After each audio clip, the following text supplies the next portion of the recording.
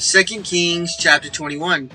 After Hezekiah's reign, the kingdom of Judah fell into darkness under the rule of his son Manasseh. At just 12 years old, Manasseh took the throne, but followed his father's footsteps. He led Judah into rebellion against the Lord. Manasseh undid all the reforms of his father.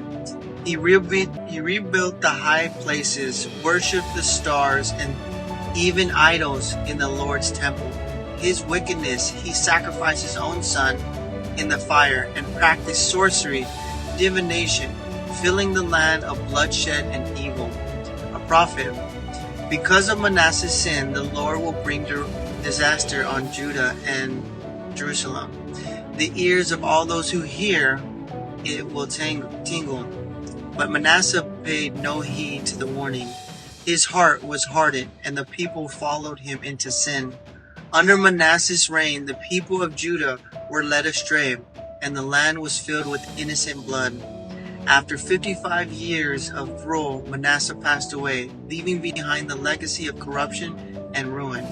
His son, Ammon, followed his footsteps, continuing the cycle of sin. But even in the darkest times, the story was not over. The future king would bring Judah back to light.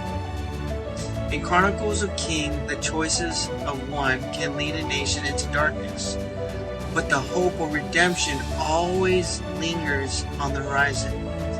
You have a blessed day, and one day at a time we'll get through the entire Bible.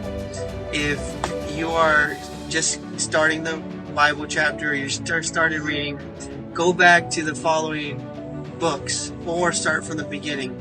You have a blessed day. See you next week.